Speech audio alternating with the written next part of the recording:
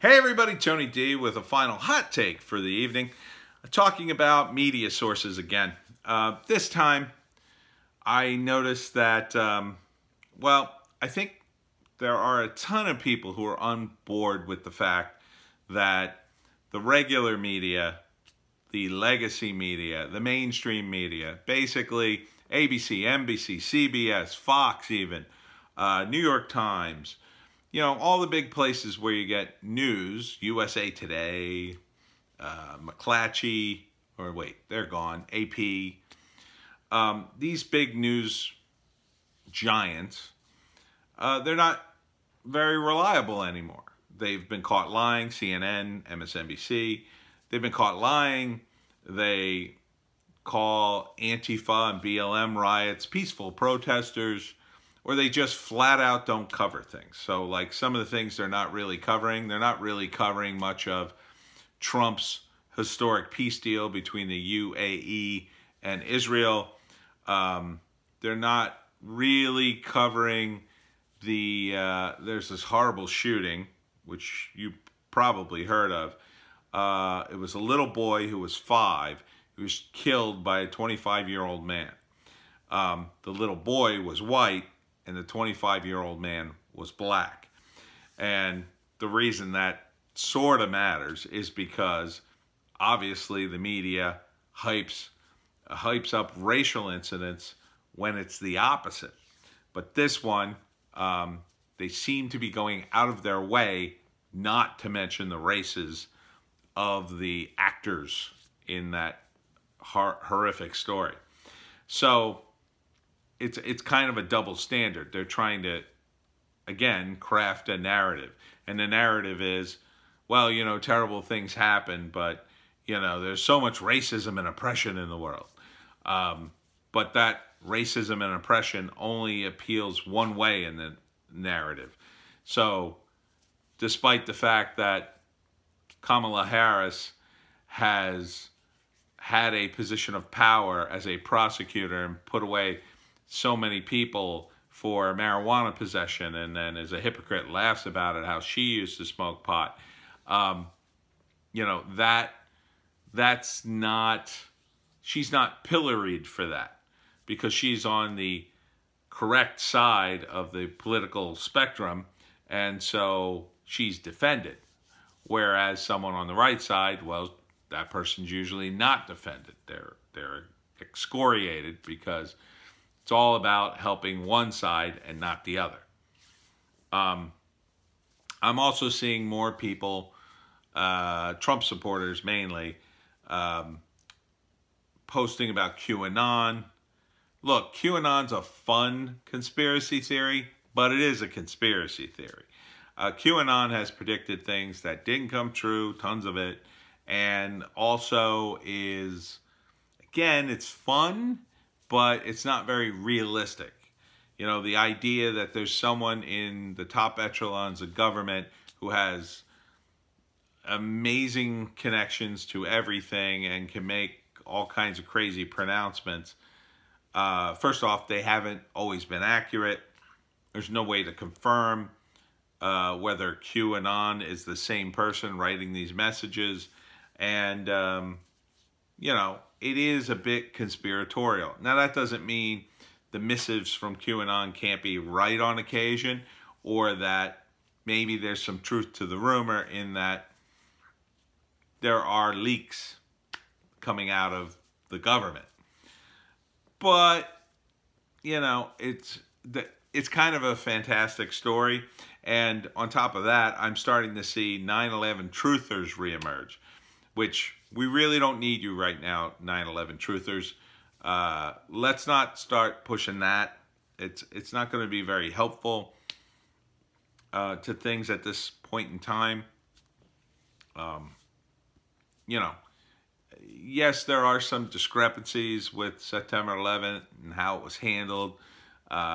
Certainly, there's a lot of evidence to suggest the Mossad was trailing Al-Qaeda and may have known about it or known that something was going to happen very soon. But, you know, understand that the United States was warned, not by the Mossad, but by other sources, about lots of different things, including guys who were in Florida learning how to take off in planes, but not learning how to land. And in fact, specifically saying, oh, we don't need to learn that part.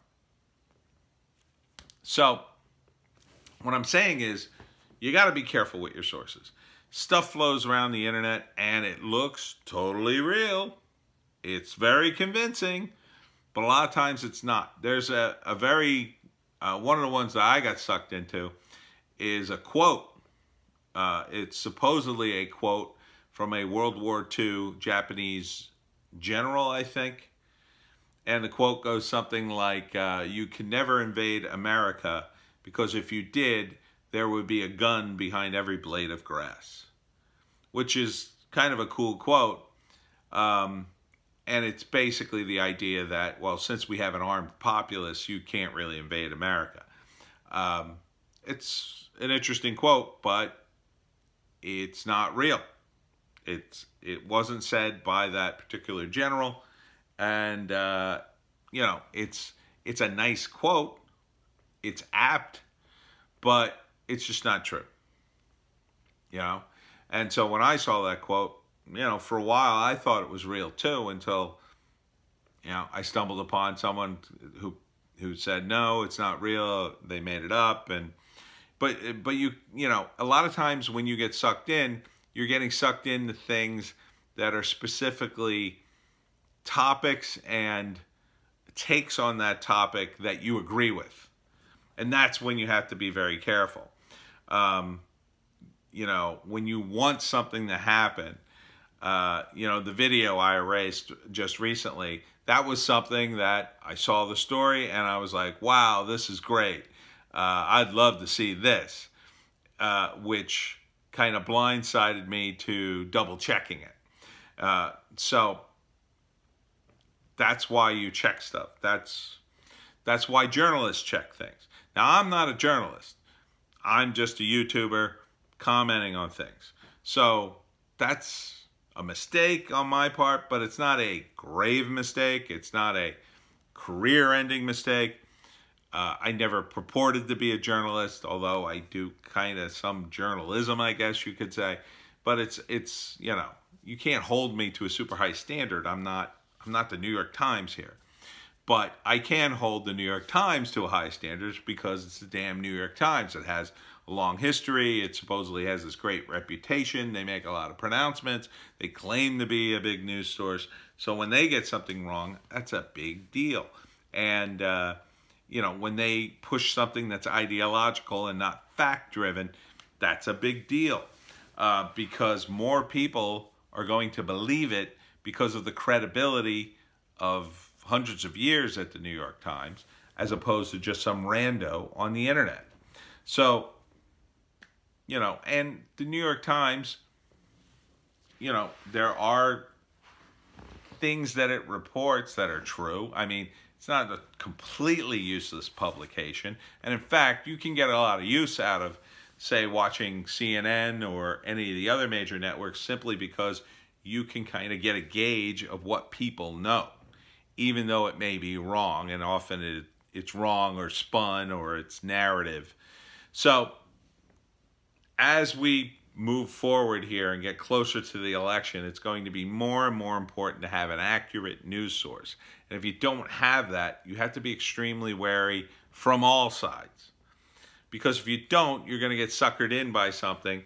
And part of the problem with this upcoming election is, you know, there's going to be a ton of disinformation. There's already some disinformation going around to voters. I forget what state it was. I want to say it's New Jersey, but not sure if it was. But it was a complete BS letter that was telling you the wrong dates and times and what you should do. I'm not sure. Maybe it was New Jersey. I don't remember. But those letters exist, and that, you know, and when political parties say they don't do this kind of dirty trick stuff, yeah, they don't do it. What they do is they outsource it to some guys, and they pay them a lot of money, and those guys go off and do things to get results without informing the party officially what they're doing to get those results. And often involves something dishonest or maybe even illegal. But because they hired this group, the group will get the brunt, or get their members will get arrested, and it won't be the party. So, in a nutshell, don't believe everything you read, even on the internet, even on something like Gab Trends, which has turned into the new Drudge Report. It's an interesting source of news, but you got to be very wary because InfoWars is on the list. And, I don't have anything against Alex Jones. I think he should get his YouTube channel back, but you have to be extremely wary of InfoWars stories coming out of InfoWars, especially ones endorsed by Alex Jones, because he does, whatever you think of Alex Jones, sometimes he does tell the truth, but it's often an exaggerated version of the truth that's so cartoonish and outlandish that's mostly designed to be that way to drive their internet sales or views. But,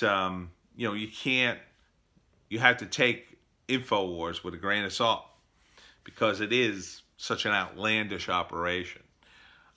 Even though a lot of those stories will agree with, say, Trump supporters and people on the right, a lot of those could be very positive stories. But when they're not, then you have to sort of make up your mind, am I going to listen to this source or that source?